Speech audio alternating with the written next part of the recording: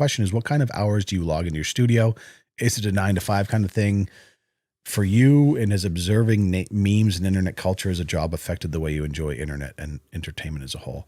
It's a great question. There's no rhyme or reason. It is currently 1:53 in the morning right now as I'm recording this. Terrible. Fucking awful. And then half of the week I'll be trying to be really good and going to bed before midnight to get up. It's one thing I've really struggled with as a YouTuber and someone who, makes content for the internet, and I have the luxury and the blessing of being able to make my own schedule in a lot of ways. Having a consistent schedule has always been a difficulty. And I think that's very ubiquitous among a lot of YouTubers or creative people. In a sense, it's tough for them to lock into that rigidity. So I would love to be able to clock in, clock out in a sense, but it is tough to leave, work at home, quote unquote. And, there are times where it's just a complete shit show. I'll be up till 2 a.m. Some days, other days I'm in bed at 10, getting up at 7 a.m. It is what it is, but I've made it work. And yeah, I would say, being in the internet culture, I don't know if it's really changed the way I enjoy things. I'm sure that it has, certainly. I know my attention span has suffered, but I think that's not just because I do this as a job. I think that's just humanity at large, our culture at large, because of the way entertainment and content is transitioned. But I probably watch less YouTube than a normal person that isn't doing it, just because I consume so much of it in a way that's not for enjoyment. It's more for like research or looking for things to talk about. Oh, so actually this one's from Allie, and this is a good question and I think a good one to end on, because she asked me, what's next for the pod and what is your vision/hope? Excellent question, because I think one of the issues I've struggled with in my time on the internet is identity in a lot of ways.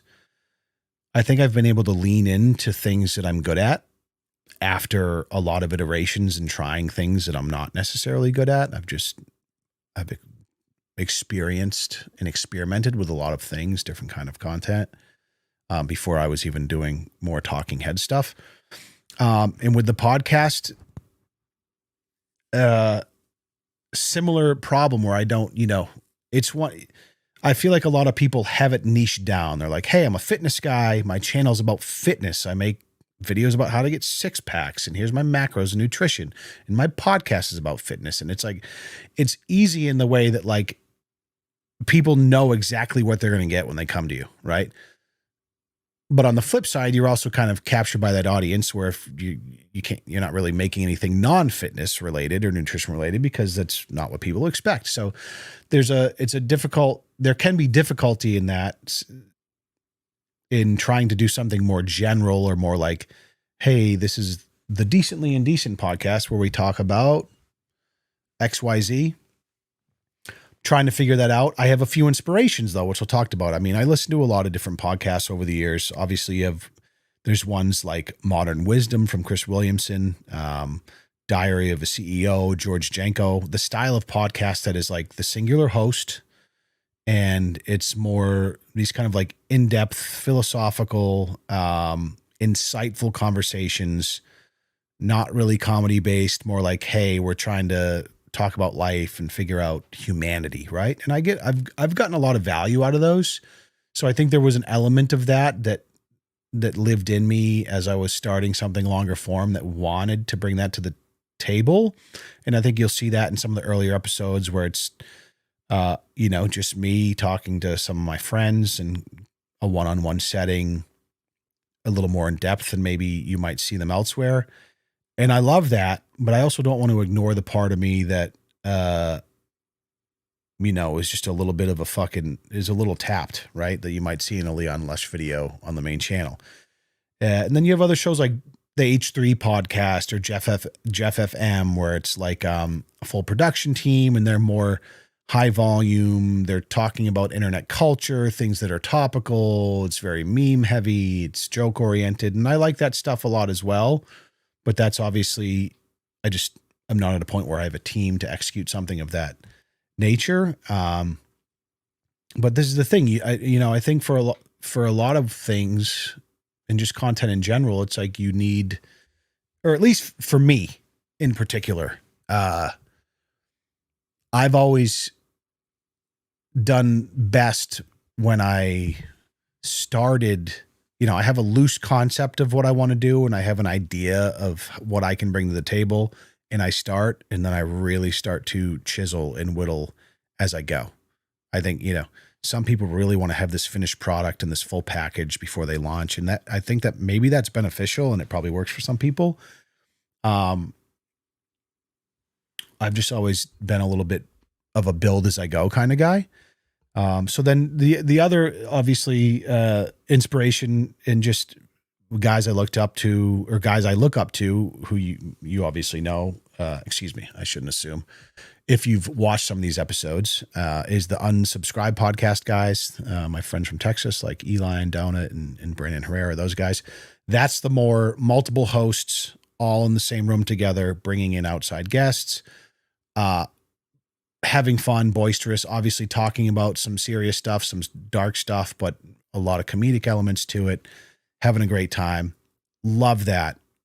Would love to get to a place where I can have a show in the Boston area where I live, where I'm bringing on people, whether they're flying in or have some local guests. Maybe I have a dedicated studio. So I'm obviously not like flying people into my house where my studio is now, and being able to do something like that.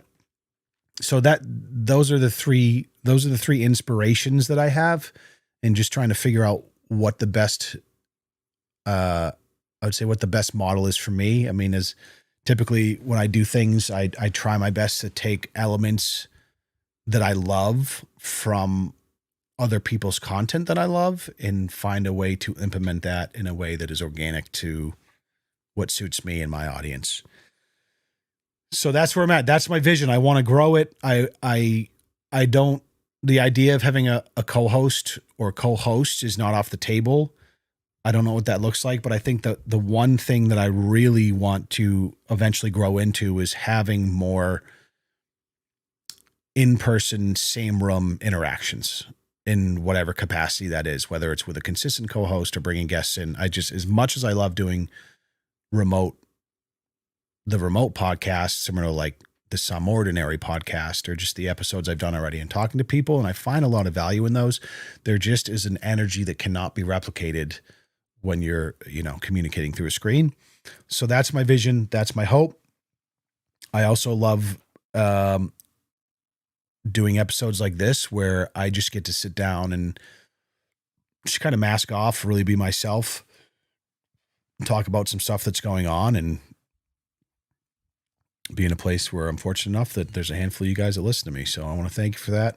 I want to thank you for coming to episode 10 of the Decently Indecent podcast. Be sure to leave a comment, like on Spotify and Apple Music if you can. It means the world to me. And I will see you guys in the next episode. I appreciate you.